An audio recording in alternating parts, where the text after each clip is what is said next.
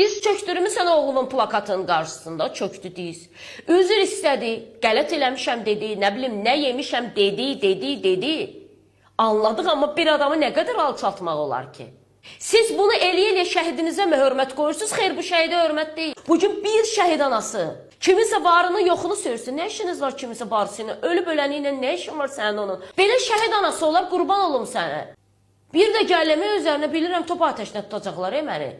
Ki yaylığımız başva olsun. Sənin de oğlunu Allah öldürsün. Bizim çəkdiyimizi çəkəsən. Bir dənə qarğışlar eləyirlər. Adam şokda deyir. Valla mənim oğlumun alnına şəhidlik yazılıbsa olacaq, amma 14 yaşı var da. Bugün Azərbaycan Respublikasının qanunvericiliyi ilə 14 yaşlı birisi mi müharibədə iştirak eləyə bilməz. Bir şəhid anası başqasına necə içdən qarğış eləyə bilər ki, yaylığın başva olsun. Şəhid analar tanıyıram. Qoymur oğlu məzarının üzərində. Kimsə göz yaşı töksün.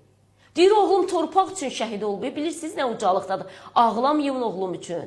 Mən fəxr eləyirəm. Amma o şəhid anaları çox azdır. Bilirsiniz o şəhidə nə qədər dəyərli, şəhidə nə qədər üstünlükdür. Amma bu şəhidə hörmətsizlikdir. Sən oğlumun plakatın qabağında cəmaatda var yox qoymursan. Sənin ağ bir çəhliyin, bəs sənin oğluna hörmətin hardadır? Ay xanım, ikincik sənin əslində kişi yoxdur gəlib kişi ilə söhbət eləsin. Veriblər arvadı qabağa, kişilər də qıraqda telefonla çəkirlər. Valla bu qədər ucuzlaşdırmayın da siz şəhidi.